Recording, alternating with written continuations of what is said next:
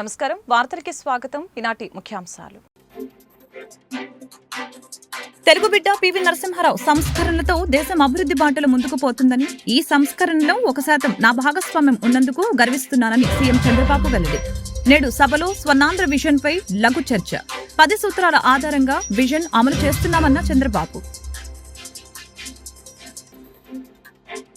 YCP హయాంలో ఉపాధి హామీ పనుల్లో భారీ అవినీతి జరిగిందని డిప్యూటీ సీఎం పవన్ కళ్యాణ్ ఆరోపణ. ఉపాధి హామీ నిధుల దుర్వినియోగంపై అసెంబ్లీలో ప్రశ్నోత్తరాల సమయంలో మాట్లాడిన డిప్యూటీ సీఎం మొత్తం 250 కోట్ల అవినీతి జరిగినట్లు అధికారులు ఇచ్చిన నివేదిక ద్వారా వెల్లడైందన్న పవన్.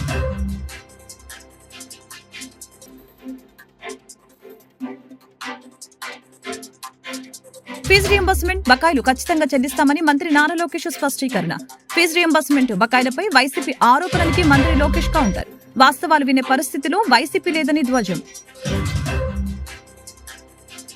తెలుగు బిడ్డ పివి నరసింహారావు సంస్కరణలతో దేశం అభివృద్ధి బాటలో ముందుకు పోతుందని, ఈ సంస్కరణలో 1% నా భాగస్వామ్యం ఉన్నందుకు గర్విస్తున్నానని ముఖ్యమంత్రి చంద్రబాబు తెలిపారు. ప్రజల సామాజిక ఆర్థిక పరిస్థితులు ఎలా ఉన్నాయో అంచనాలు రూపొందిస్తామని తెలిపారు. ప్రజలే ఆస్తిగా నియోజకవర్గాల ప్రోగ్రెసివ్ విజన్ రూపొందించామని చెప్పారు. ప్రతి కుటుంబానికి సామాజిక భద్రత కల్పించవలసి ఉందని పేర్కొన్నారు. కుటుంబ జీవన ప్రమాణాలు పెరిగేలా ఆర్థిక స్వావలంబన దిశగా కృషి చేస్తున్నట్లు వివరించారు. ప్రధాని మోదీ వికసిత భారత్ 2047ని అమలు చేస్తున్నారని, మనం స్వర్ణాంధ్ర విజన్ 2047 అమలు చేస్తున్నామని తెలిపారు. ఇది 5 సంవత్సరాల్లో మీ నియోజకవర్గాల్లో మీ అందరి బాధ్యత. ప్రతి ఒక్కరికి హౌస్ సైట్. పట్టణ ప్రాంతాల్లో 2 సెంట్లు, గ్రామీణ ప్రాంతాల్లో 3 సెంట్లు. ఎవరికైతే ఇంటి జాగా లేని ప్రతి ఒక్క వ్యక్తికి ఇంటి జాగా ప్రొవైడ్ చేసే బాధ్యత ఈ ప్రభుత్వాన్ని. అది ఇస్తాం.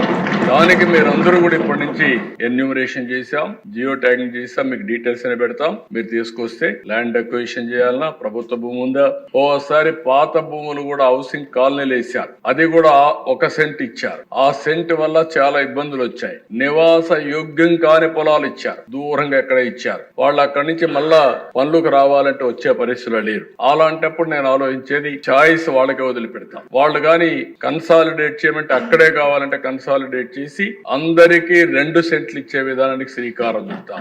అక్కడ వద్దని కానంటే ఎక్కడ కావాలో అక్కడ ఇంటి జాగా ఇచ్చి ఇల్లు కట్టించే బాధ్యత ఈ ప్రభుత్వం తీసుకుంటుందని చెప్పి కూడా నేను మీకు తెలియజేస్తున్నా. ఇంటి జాగా అయిన తర్వాత ప్రతి ఒక్కరికి ఇల్లు కట్టించే బాధ్యత తీసుకుంటాం.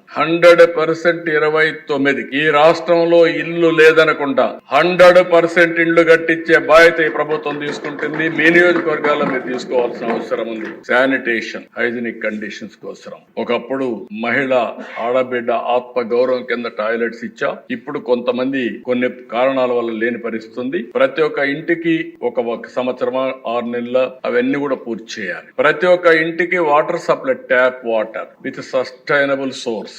ఏదో బోర్ కింద ట్యాప్ నీళ్లు ఇస్తే అది బోర్ ఎండిపోతే నీళ్లు రావు. అట్లా కాకుండా సస్టైనబుల్ సోర్సెస్ నుంచి వాటర్ ఇస్తాం. ఎల్పిజి గ్యాస్ కనెక్షన్, ఒకప్పుడు దీపం పెట్టాం, గ్యాస్ కనెక్షన్ ఇచ్చాం. దేశంలో మొట్టమొదటిసారిగా దీపం పెట్టి గ్యాస్ కనెక్షన్ ఇచ్చిన రాష్ట్రం సమైక్య ఆంధ్రప్రదేశ్. ఆ రోజు ఎన్డీఏ ప్రభుత్వం ఇచ్చాం. ఈ రోజు మళ్ళీ దీపం 2 కింద 3 సిలిండర్లు ఉచితంగా ఇచ్చి మహిళలను ఆదుకుంటున్నాం. ఆ కార్యక్రమం కూడా జయప్రదంగా జరిగే పరిస్థితి వచ్చింది. అక్కడి నుంచి ఎలక్ట్రిసిటీ. ఇక్కడ మీరు గ్యాస్ కూడా చూస్తే కొన్ని ప్రాంతాల్లో పైప్డ్ గ్యాస్ వస్తా ఉంది. అది వచ్చినప్పుడు దాన్ని కూడా కనెక్ట్ చేస్తాం. అవసరమైతే ఇక్కడ ఇచ్చే సబ్సిడీ వాళ్ళకే ఇస్తాం. అప్పుడు ఇంకా గ్యాస్ కూడా తెచ్చుకునే పరిస్థితి లేదు, కనెక్ట్ చేసే పరిస్థితి లేదు. 24 గంటల గ్యాస్ ఉండే పరిస్థితి వస్తుంది. Electricity and solar roof. ప్రతి ఒక్క ఇంటికి కరెంట్ ఉండాలి. పెట్టుకోగలిగిన వాళ్ళందరూ డెమోక్రటైజేషన్ ఆఫ్ పవర్ జనరేషన్ లో మీరు రూఫ్ టాప్ పెట్టుకుంటారు. ఆ రూఫ్ టాప్ పెట్టుకొని మీరే కరెంట్ ఉత్పత్తి చేసుకుంటారు, మీరే వాడుకుంటారు. ఈ రోజు మనం చూస్తే కోస్టల్ ఆంధ్రాలో ఎండలు విపరీతంగా విరిగిపోయినాయి, పొడగాల్పులు ఉన్నాయి. మీరు ఏసీ పెట్టుకొని బాగా ఇక్కడ హ్యాపీగా ఉన్నాం. కరెంట్ దానివల్ల ప్రతి ఒక్క ఇంట్లో కూడా అలాంటి కంఫర్ట్ ఎందుకు క్రియేట్ చేసుకోకూడదని అడుగుతున్నా. పైన ఎండ, సూర్యుడు, కిందన ఏసీ, చిన్న రూమ్ పెట్టుకున్న ఫ్యాన్ గానీ ఏసీ గానీ పెట్టుకునే అవకాశాలు వస్తే ఓవర్ పీరియడ్ ఆఫ్ టైం ఈ విషయంలో కూడా ప్రతి ఒక్క ఇంటికి సోలార్ రూఫ్ గానీ, కుసుమ్ కింద మన పొలాల్లో మనం కరెంటు తయారు చేసుకుని మనకు అవసరమైన కరెంటు వాడుకొని అవసరమైతే ట్రాక్టర్లు కూడా ఛార్జింగ్ చేసుకొని ఇంటికి కూడా వాడుకునే అవకాశాలు వస్తాయి. అలాంటి వ్యవస్థకు శ్రీకారం చుడతాం. నా ఉద్దేశం ఒకటే, ప్రతి ఒక్కరికి కూడా కాస్ట్ తగ్గిస్తూ జీవన ప్రమాణాలు పెంచడం అనేది ప్రధానమైన ఉద్దేశం. Digital connectivity, high speed internet access for every house, wifi ఇస్తాం, డిజిటల్ కనెక్టివిటీ ఇస్తాం. అది కూడా నీడ్ బేస్ ని బట్టి వాళ్ళకి ఎంత కావాలంటే ఎంత బ్యాండ్ విత్ కూడా ప్రొవైడ్ చేస్తామని చెప్పి కూడా నేను మీకు తెలియజేస్తున్నా. 5G గానీ 6G గానీ ఏది కావాలో అన్ని ప్రొవైడ్ చేస్తాం. ఇప్పుడు నిన్న మొన్న మీరు చూస్తే సెటిలైట్స్ కూడా ప్రైవేట్ సెక్టర్ లో వచ్చేస్తున్నాయి. ఇలాంటి అనేక మార్పులు వచ్చినప్పుడు దాన్ని అందిపుచ్చుకుంటాం. అల్టిమేట్ గా మనందరం హెల్తీ, వెల్తీ, హ్యాపీ ఫ్యామిలీ. నేను మళ్ళీ చెప్తున్నా, ఈ ప్రభుత్వం చాలా స్పష్టంగా ఉన్నాం. ఒక ఆరోగ్యకరమైనటువంటి డబ్బులు కూడా సంపాదించుకుని ఆనందంగా ఫ్యామిలీ జీవితం గడపాలంటే అలాంటి క్వాలిటీ ఆఫ్ లైఫ్ ఇక్కడ రావాల్సిన అవసరం ఉంది. దానికి దోహదం చేస్తాం. ఏపీ ఉపాధి హామీ పథకంలో గత వైసీపీ ప్రభుత్వ హయాంలో భారీగా అవినీతి జరిగిందని డిప్యూటీ సీఎం పవన్ కళ్యాణ్ అసెంబ్లీలో ఆరోపించారు. ఉపాధి హామీ నిధుల దుర్వినియోగంపై అసెంబ్లీలో జరిగిన ప్రశ్నోత్తరాల సమయంలో ఆయన మాట్లాడారు. మొత్తం 250 కోట్లు అవినీతి జరిగినట్లు అధికారులు చెప్పిన నివేదిక ద్వారా వెల్లడైందని పవన్ పేర్కొన్నారు. ప్రభుత్వం ఇప్పటివరకు 564 మండలాల్లో ఉపాధి హామీ పనులపై సోషల్ ఆడిట్ నిర్వహించిందని తెలియజేశారు. ఈ పరిశీలనలో అనేక అవకతవకలు బయటపడ్డాయని, ఉపాధి హామీ కింద ఖర్చు చేసిన నిధులపై అనుమానాస్పద లావాదేవీలు జరిగినట్లు గుర్తించామని చెప్పారు. రాష్ట్ర వ్యాప్తంగా పథకం ద్వారా వచ్చిన నిధులు లబ్ధిదారులకి చేరకుండా కొందరు మధ్యవర్తుల చేతుల్లోకి వెళ్లాయని డిప్యూటీ సీఎం ఆరోపించారు. ఇప్పటికే మొదలైన ఆడిట్ ప్రక్రియను మరింత వేగవంతం చేసి ఈ నెలాఖరులోగా మిగిలిన మండలాల్లో కూడా పూర్తి చేస్తామని తెలిపారు. భవిష్యత్తులో ఇలాంటి అక్రమాలు జరగకుండా పగడ్బందీ చర్యలు తీసుకుంటామని ఆయన హామీ ఇచ్చారు. ఇక ఉపాధి హామీ కూలీలకు వేతనాల పెంపు అంశం అనేది కేంద్ర పరిధిలో ఉంటుందని పవన్ వెల్లడించారు. శ్రీ పవన్ కళ్యాణ్ గారు, క్వశ్చన్ నంబర్ 762. అధ్యక్షులకు నమస్కారం సార్. ఉపాధి హామీ పథకం అవినీతిని గురించి నివారించిన ప్రభుత్వం తీసుకున్న చర్యలు వీటికి సంబంధించి ప్రశ్న ఏకి సార్. ఉపాధి హామీ పథకంలో మన నారా చంద్రబాబు గారి నాయకత్వంలో గౌరవ ముఖ్యమంత్రి వారి ఆధ్వర్యంలో మేము ఎన్డీఏ ప్రభుత్వం ఏర్పాటు చేసినప్పటి నుంచి ప్రత్యేకించి ఈ జాతీయ ఉపాధి హామీ పథకంలో చాలా అవినీతి జరిగింది అనేది గత సంవత్సరాలుగా విన్నాం అధ్యక్ష. రాగానే దాని మీద చాలా కూలంకషంగా రివ్యూస్ చేసాం. రివ్యూస్ చేసినప్పుడు ఖచ్చితంగా చాలా అవినీతి అయితే ఉంది. దానికి సంబంధించి మేము తీసుకున్న ఉన్న చర్యలు ఏంటి, ఆకస్మిక తనిఖీలు అధ్యక్ష. ఒకటి, నిఘా సామాజిక తనిఖీ మరియు క్వాలిటీ కంట్రోల్ విభాగాలు నకిలీ మస్తరు జాబితా తప్పుడు చర్యలు గుర్తించడానికి ఆకస్మిక తనిఖీలు నిర్వహిస్తాయి. అలాగే క్వాలిటీ కంట్రోల్ తనిఖీ ఉంటుంది. ఇది రెండవది. ఆన్లైన్లో కేటాయించిన పని నిర్దేశించిన ప్రమాణాలకు అనుగుణంగా ఉన్నాయో లేవో గుర్తించడానికి నాణ్యత నియంత్రణ తనిఖీలు నిర్వహించడం అవుతుంది. ఇవి కాకుండా రాష్ట్ర స్థాయి ఫ్లయింగ్ స్క్వాడ్ ఉంటుంది. రాష్ట్ర స్థాయిలో ఆకస్మిక తనిఖీలు ఫ్లయింగ్ స్క్వాడ్లు క్షేత్రస్థాయిలో మస్తరు జాబితాలు ఈ మెజర్మెంట్స్ నిబంధనల ప్రకారం జరుగుతున్నాయో లేవో అని తనిఖీ చేయడం అవుతుంది. మరి ఎవరైనా సరే వ్యక్తులు తప్పు చేసినట్లయితే ఎస్ఆర్డిఎస్ క్రమశిక్షణ నియమావళి ప్రకారమే తక్షణ చర్యలు తీసుకోవడం అవుతుంది. రెండో ప్రశ్నకి అధ్యక్ష, అసలు కర్నూలు జిల్లాలో ఉపాధి హామీ పథకం దుర్వినియోగం సంబంధించింది. కర్నూలు జిల్లాలో ఉపాధి హామీ పథకంలో దుర్వినియోగానికి సంబంధించి ఒక నిర్దిష్టమైన ఫిర్యాదు అనేది విచారణ నిర్వహించడం అయినది. బాధ్యులుగా సంబంధిత ఫీల్డ్ అసిస్టెంట్ దగ్గర నుంచి దాదాపు 39,329.37 మొత్తాన్ని దుర్వినియోగం చేసినట్టు నిర్ధారణ అయింది. వారిని విధుల నుండి సస్పెండ్ చేయడం అధ్యక్ష. అదనంగా విభాగం యొక్క సామాజిక తనిఖీ బృందం 25 మండలాలకు గాను 16 మండలాల అక్రమాలను గుర్తించింది. ఇందులో వివిధ కేడర్లో 520 మంది వ్యక్తులు ప్రమేయం ఉన్నట్టుగా గుర్తించారు. మొత్తం నిధుల దుర్వినియోగం 74,57,280 అధ్యక్ష. రెండో ప్రశ్నకి ఇది.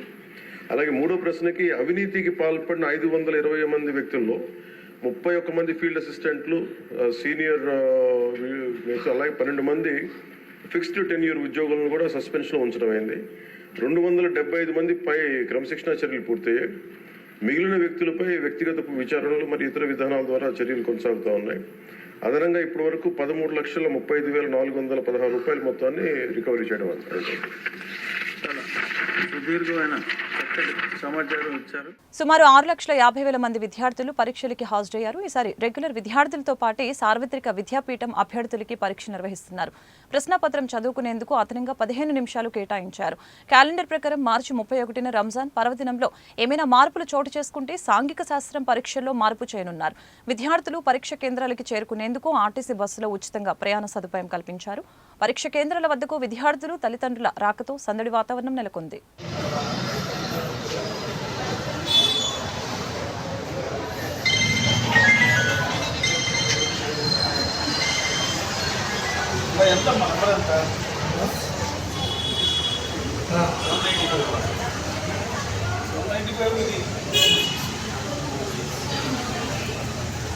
గత ప్రభుత్వ హయాంలో ఉద్యోగులకి తీరని నష్టం జరిగిందని, చరిత్రలో ఎన్నడూ లేని విధంగా 25,000 కోట్ల రూపాయల బకాయిల్ని మిగిల్చి వెళ్లిందని ఏపీ జేఏసీ రాష్ట్ర నాయకులు మండిపడ్డారు. ఏపీ జీఎల్ఐ సంబంధించి ఉద్యోగుల డబ్బుల్ని కూడా ప్రభుత్వం వాడుకుని ఉద్యోగులకి చెల్లించకపోవడంతో ఉద్యోగులు తీవ్రమైన ఇబ్బందులు ఎదుర్కొన్నారని తెలిపారు. కూటమి ప్రభుత్వం ఏర్పడినాక 1వ తారీఖున జీతాలు, పెన్షన్లు అందించడం జరుగుతుందని, కూటమి ప్రభుత్వం సమస్యలపై కార్యాచరణ సిద్ధం చేయాలని కోరారు. ఏపీ జేఏసీ సెక్రటరీ జనరల్ రాష్ట్రంలో కొత్త ప్రభుత్వం అధికారంలోకి వచ్చిన తర్వాత ఉద్యోగులకు సంబంధించినటువంటి అంశాలు దాదాపు పక్కన పెట్టడం జరిగిందని చెప్పాలి. అయితే ఈ ప్రభుత్వం ఏర్పడే నాటికి రాష్ట్రంలో ఆర్థిక పరిస్థితులు కూడా అంతంత మాత్రంగానే ఉన్నాయి. ఆ రీత్యా ప్రభుత్వానికి కొంత టైం ఇవ్వాలని చెప్పి ఇప్పటి వరకు మేము ఏ డిమాండ్లు చేయలేదు. ఈ ప్రభుత్వం హయాంలో ప్రతి నెల మొదటి వారంలో ఉద్యోగులకి, ఉపాధ్యాయులకి జీతాలు అందుతున్నాయి. అంతవరకు సంతోషం. కానీ గత ప్రభుత్వ హయాంలో ఉద్యోగులకి, ఉపాధ్యాయులకి జరిగిన నష్టాన్ని పూడ్చేటువంటి చర్యలు చేపడతామని చెప్పి ఎన్నికలకు ముందు అనేక రకాల వాగ్దానాలు ఇచ్చారు. మీకు 11వ పిఆర్సీలో బాగా నష్టం జరిగింది కాబట్టి రాబోయే పిఆర్సీ మంచిగా ఇస్తామని చెప్పారు. మాకు ఇవ్వాల్సినటువంటి బకాయిలన్నీ కూడా ఇన్ టైం చెల్లిస్తామని చెప్పారు. అలాగే పెన్షన్ స్కీమ్ని గత ప్రభుత్వం తీసుకొచ్చిన దాన్ని పక్కన పెట్టి మొత్తం అందరికీ ఆమోదయోగ్యమైనటువంటి పాత పెన్షన్ విధానం అమలు చేస్తామని కూడా చెప్పారు. ఇట్లాంటి హామీలు అనేకం ఇచ్చారు. కానీ వాటికి సంబంధించి ఒక్కడికి కూడా ముందుకు పడలేదు అనేటువంటి మా ఆవేదన. సరే, ఒక పక్కన కేంద్ర ప్రభుత్వం వాళ్ళ ఉద్యోగులకి 8వ సిపిసి రేపు జనవరి 26 నుంచి అమలు చేయబోతా ఉంది. వాళ్ళ వేతనాలు దాదాపు 3 రెట్లు పెరుగుతూ ఉన్నాయి. ఆ రకంగా చూసినప్పుడు 1/7/2023 నుంచి మాకు 12వ పిఆర్సీ అమలు కావాల్సింది. గత ప్రభుత్వం మన్మోహన్ సింగ్ గారిని పిఆర్సీ కమిషనర్గా అపాయింట్ చేసింది. కానీ ఆయనకి ఏ రకమైనటువంటి సౌకర్యాలు కలగజేయలేదు. కొత్త ప్రభుత్వం ఏర్పడిన వెంటనే ఆయన తన పదవికి రాజీనామా చేశారు. ఆ రోజు నుంచి ఈ రోజు వరకు, అంటే ఈ 9 నెలల కాలంలో ఆ 12వ పిఆర్సీ కమిషనర్ని ఎంతవరకు నియమించలేదు. అందుకని మేము ప్రభుత్వాన్ని కోరేది ఏంటంటే, ఇప్పటికే 18 నెలలు ఆలస్యమైంది ఆ పిఆర్సీకి సంబంధించిన గడువు. ఇప్పుడు పిఆర్సీ కమిషన్ కనుక నియమిస్తే మళ్ళా ఆ రిపోర్ట్లు అవి వచ్చి మాకు పిఆర్సీ అమలు చేయడానికి మరింత ఆలస్యం అవుతుంది. కాబట్టి ఆలస్యం చేయకుండా 12వ పిఆర్సీ కమిషనర్ని వెంటనే నియమించాలని చెప్పి డిమాండ్ చేస్తా ఉన్నాం. అదే సందర్భంలో 1/7/2023 నాటికి ధరలు ఏవైతే ఉన్నాయో ఆ ధరల కారణంగా మాకు 29% ఐఆర్ ఇవ్వాల్సి ఉంటుందని ఆ రోజునే ఆ ప్రభుత్వాన్ని కోరాం. ఇప్పటికీ మా డిమాండ్ అదే. మీరు పిఆర్సీ అమలు చేసేందుకు ఆలస్యం అవుతుంది కాబట్టి తక్షణమే 29% ఐఆర్ కూడా ప్రకటించి మాకు ఉద్యోగ వర్గాలకు అందరికీ కూడా మేలు చేయాలని చెప్పి గుంటూరు రూరల్ ప్రాంతంలోని విద్యార్థులు వారి హాల్ టికెట్తో ఉచితంగా ప్రయాణం చేసి పరీక్ష హాల్ వద్దకు చేరుకున్నారు. పరీక్ష కేంద్రాల వద్ద పూర్తి బందోబస్తు పోలీసులు ఏర్పాటు చేశారు. ఎటువంటి ఎలక్ట్రానిక్ పరికరాలు తీసుకుని రావడానికి వీల్లేదని ఇప్పటికే తెలియపరిచిన అధికారులు.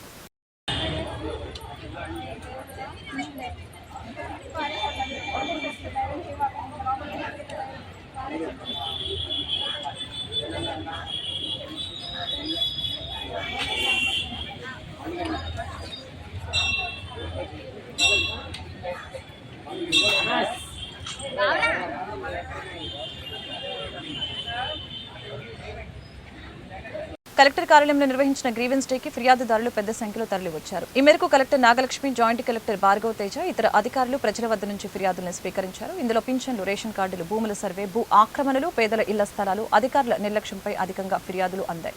ప్రజల వద్ద నుంచి ఫిర్యాదులను స్వీకరించిన అధికారులు తక్షణమే పరిష్కారం చేయాలని సంబంధిత శాఖలకు ఆదేశాలు జారీ చేశారు. గ్రీవెన్స్ లో ఫిర్యాదుల్ని అందజేసిన బాధితులు వారి సమస్యల్ని మీడియాకు తెలిపారు. సార్ మాది పెదకాకర మండలం ఎన్నికల గ్రామం, మాది మేము దంగాలం, ఉడికి దంగాలం 50 సంవత్సరాల మట్టి ఏరే వాళ్ళ సూట్లలో ఉంటున్నాం సార్.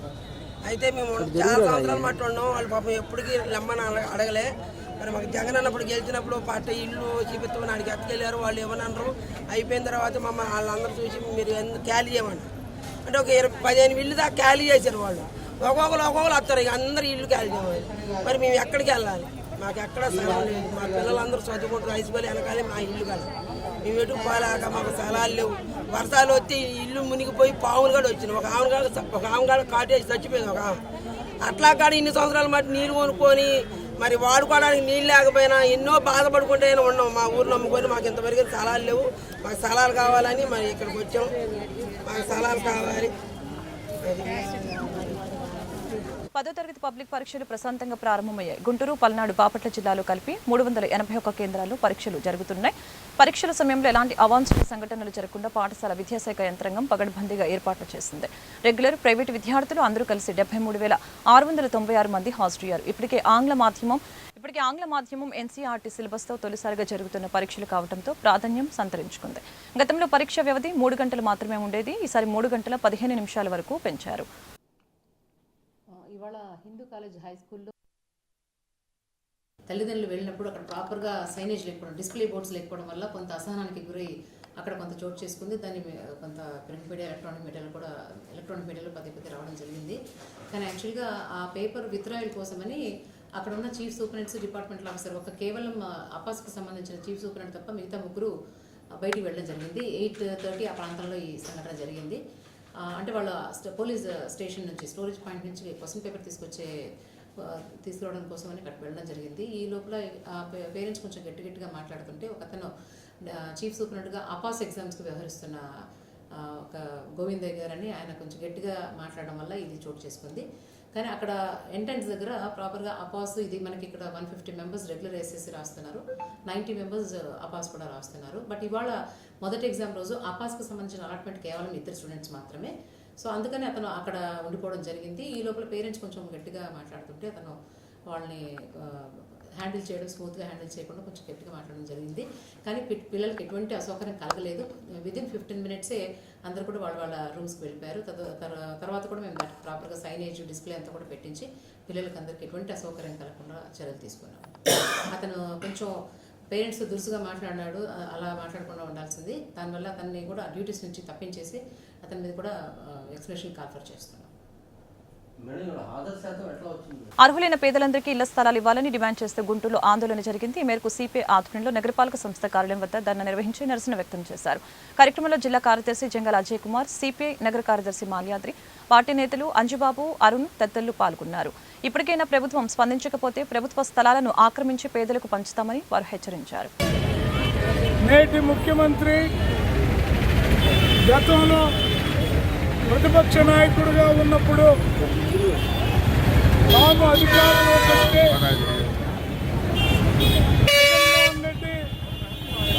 కేవలం పట్టణాల్లో సెంట్ ఇచ్చాడు, గ్రామాల్లో సెంటున్నర ఇచ్చాడు. మేము కనుక అధికారంలోకి వస్తే పట్టణాల్లో 2 సెంట్లు ఇస్తాం, గ్రామాల్లో 3 సెంట్లు ఇస్తాం, ఇల్లు కట్టుకోవడానికి 4 లక్షలు ఇస్తామని చంద్రబాబు నాయుడు గారు రాష్ట్రంలో ఉన్నటువంటి వందలాది నియోజకవర్గాల్లో, మండలాల్లో బహిరంగ సభ వేదికగా ప్రజలకు హామీ ఇవ్వటం అనేది జరిగింది. కానీ ఎన్నికలు అయిపోయినాయి, కూటమి ప్రభుత్వం అధికారంలోకి వచ్చింది. 9 నెలలు పైబడుతున్నప్పటికీ ఆ వైపున ప్రయత్నం ప్రారంభం కాలేదు. సిపిఐగా ఈ 2 నెలల కాలంగా గ్రామ స్థాయిలో వార్డు సచివాలయాలు, పట్టణంలో ఉన్నటువంటి వార్డు సచివాలయాల్లో ఇల్లు లేని నిరుపేదలకి పట్టణాల్లో 2 సెంట్లు, గ్రామాల్లో 3 సెంట్లు ఇవ్వమని అర్జీల్ని ఎంఆర్ఓ ఆఫీసుల్లో అట్లాగే మన సచివాలయాల్లో అన్ని చోట్ల ఇవ్వడం అనేది జరుగుతూ ఉంది. ఈ రోజున గుంటూరు నగరంలో ఉన్నటువంటి నిరుపేదలు చంద్రబాబు గారి యొక్క హామీని నెరవేర్చమని డిమాండ్ చేస్తూ ఈ రోజున ఇక్కడికి రావడం అనేది, కమిషన్ కార్యాలయానికి రావడం అనేది జరిగింది. మేము ఈ సందర్భంగా ఒకటే తెలియజేస్తూ ఉన్నాం, భూ పోరాటాలు చేయటం, భూములను ఆక్రమించడం సిపిఐకి కొత్త కాదు. మీరు కనుక 2-3 నెలల్లో పేదలను గుర్తించి వాళ్ళ కనుక గుంటూరు నగరంలో ఉన్న పేదలకి 2 సెంట్ల స్థలం ఇచ్చి ఇల్లు కట్టుకోవడానికి 5 లక్షల రూపాయలు కనుక ఇవ్వకపోతే నిరుపేదలను తీసుకొని వెళ్ళి వేలాది మందితో వెళ్ళి ప్రభుత్వ భూముల్లో జెండాలు పాతి మేమే ఆక్రమించుకుంటామని ఈ సందర్భంగా హెచ్చరిస్తూ ఉన్నాం.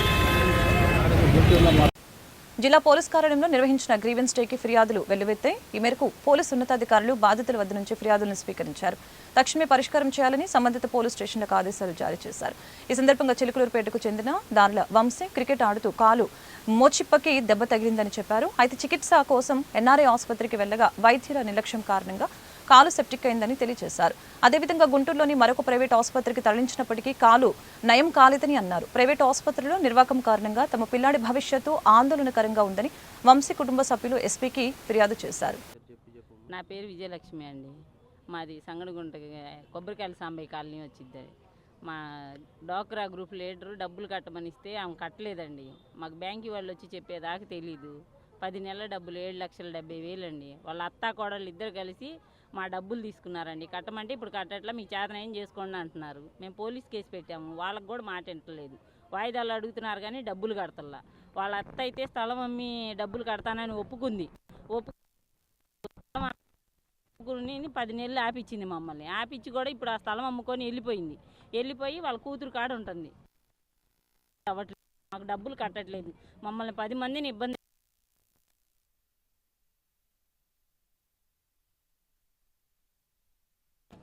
పోలీసులు వాళ్ళు పిలిపించారండి. వాయిదా అడుగుతున్నారు కానీ లాయర్ని తీసుకొని వస్తుంది. అదేమన్నా అంటే వాయిదా అడుగుతున్నారు కానీ డబ్బులు కడతామని చెప్పట్లా. వాయిదాకు ఊరక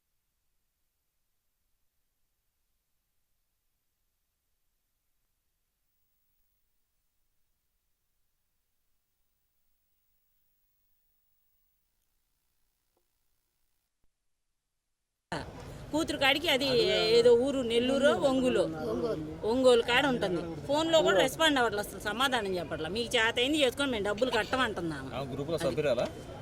వాళ్ళ కోడలండి, ఆమె ఉంటేనే మేము ఇచ్చాం. ఆ అమ్మాయికి కాదు ఆమె హామీ ఉంటేనే మేము ఇచ్చాము ఆ రోజు డబ్బులు. ఏమో చెప్పింది, వీళ్ళు ఇద్దరు కలిసి స్థలం కొన్నారు మా డబ్బులు పెట్టి. ఆ విషయం బయటపడిందని ఇప్పుడు ఆ స్థలం కూడా అమ్మేశారు, అమ్ముకొని వెళ్ళిపోయారు. పేరేంటండి? ఎవరి పేరు? ఆమె పేరు, ఆ కోడల పేరు అయితే మల్లిక, అత్త పేరు అయితే జాన్బీ. వాళ్ళ ఆయన, వాళ్ళ మామ, ఆమె నలుగురు, మొత్తం వీళ్ళు నలుగురు కలిసి మా డబ్బులు తినేశారు. 9 మంది మిగతా 9 మంది కట్టామండి. అది గ్రూప్ పేరు బ్యాంక్ ఎక్కడ? బ్యాంక్ ఇండియన్ బ్యాంక్ సంగడగుంటలో పెట్టారు. మా గ్రూప్ వచ్చి వెంకటేశ్వర గ్రూప్. ఇదంతా ప్రతి పేదవాడు కడుపు నిండా భోజనం తినాలి అనే సంకల్పంతో స్థాపించిన అన్నా క్యాంటీన్లు సంతృప్తికరంగా నడుస్తూ ఉన్నాయని ఎమ్మెల్యే గల్లా మాధవి తెలిపారు. సోమవారం శివారు ప్రాంతాల పర్యటనకు వచ్చిన ఎమ్మెల్యే మిర్చియార్డు వద్దనున్న అన్నా క్యాంటీన్ సందర్శించి అక్కడ ప్రజలతో ముచ్చటించి రైతులతో కలిసి అల్పాహారాన్ని ఎమ్మెల్యే కమిషనర్ స్వీకరించి క్యాంటీన్ వార్త ముగించే ముందు ముఖ్యాంశాలు మరొకసారి. తెలుగు బిడ్డ పివి నరసింహారావు సంస్కరణలతో దేశం అభివృద్ధి బాటలో ముందుకు పోతుందని, ఈ సంస్కరణలో 1% నా భాగస్వామ్యం ఉన్నందుకు గర్విస్తున్నానని సీఎం చంద్రబాబు వెల్లడి. నేడు సభలో స్వర్ణాంధ్ర విజన్ పై లఘు చర్చ. 10 సూత్రాల ఆధారంగా విజన్ అమలు చేస్తున్నామన్న చంద్రబాబు. వైసీపీ హయాంలో ఉపాధి హామీ పనుల్లో భారీ అవినీతి జరిగిందని డిప్యూటీ సీఎం పవన్ కళ్యాణ్ ఆరోపణ. ఉపాధి హామీ నిధుల దుర్వినియోగంపై అసెంబ్లీలో ప్రశ్నోత్తరాల సమయంలో మాట్లాడిన డిప్యూటీ సీఎం మొత్తం 250 కోట్ల అవినీతి జరిగినట్లు అధికారులు ఇచ్చిన నివేదిక ద్వారా వెల్లడైందన్న పవన్.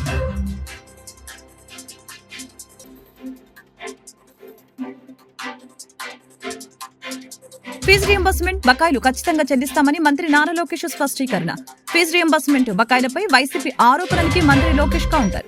వాస్తవాలు వినే పరిస్థితిలో వైసీపీ లేదని ధ్వజం.